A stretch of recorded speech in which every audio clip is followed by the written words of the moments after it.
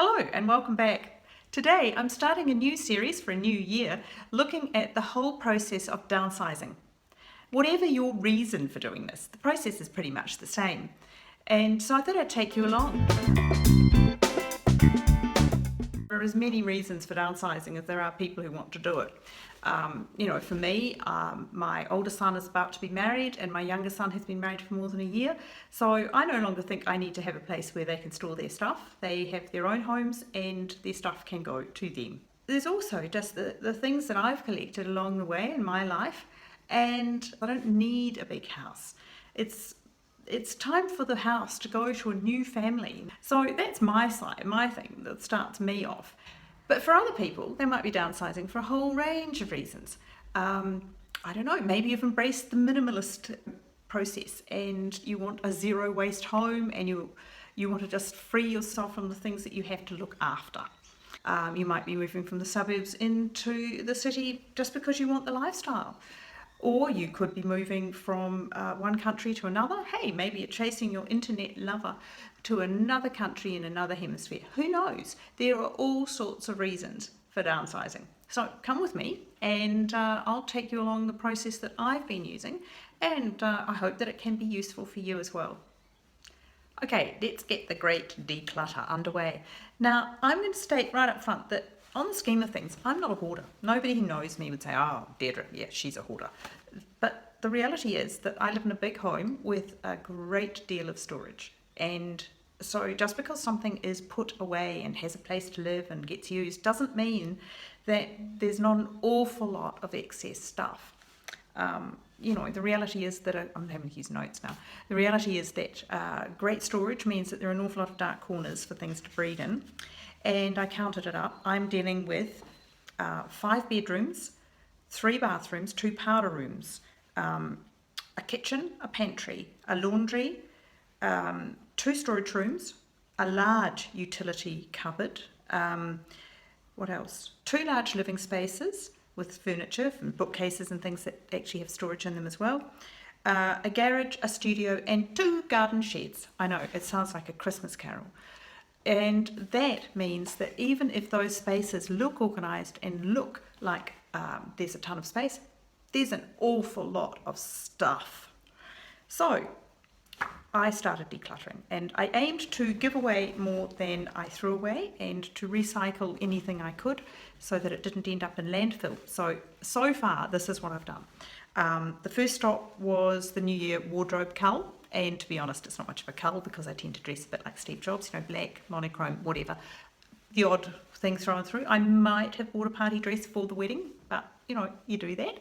So basically my wardrobe's pretty much under control. There wasn't much to do there. Then came the craft cupboard. Now the craft cupboard has been sort of following me around already for probably 30 odd years. And there was a lot to go through there. So I have now reduced all of that down to 2 boxes and a sewing machine. So I've done pretty well there. There may be more to go. There will be more to go, but at least so far so good.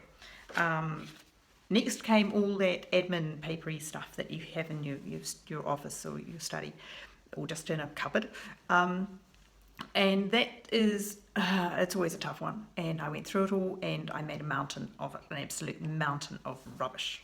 But at least it goes to the recycling, it doesn't go to the landfill, so I can sort of feel slightly okay about that. I shredded obviously anything that was pretty sensitive, but mostly I just tossed it. Let's face it, my life is just not that interesting.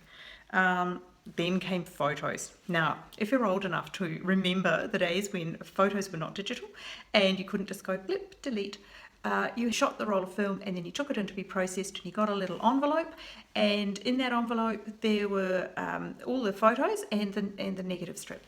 And about, maybe if you had 20 photos, you had 10 good ones on a good day.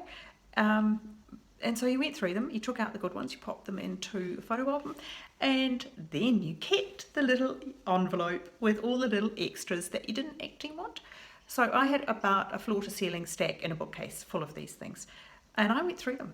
And I looked at each one and I just flipped through and I went, smile, yeah, keep. And I put it in a shoebox, and the rest I tossed, everything. So I now have 2 shoeboxes as well as the photo albums, and the rest is gone. I filled a huge tub full of dross, and that floor to ceiling space is clear. What was next? So I've done there. Right, I then did bathroom cupboards. They were pretty easy, just toiletries and makeup. Don't have a lot of either. So clear up, you know, those sorts of things. That was simple. Then what? The linen cupboards. So I went through those. Also relatively simple because I'm pretty, you know, sort of Martha Stewart wishes she was as neurotic as me.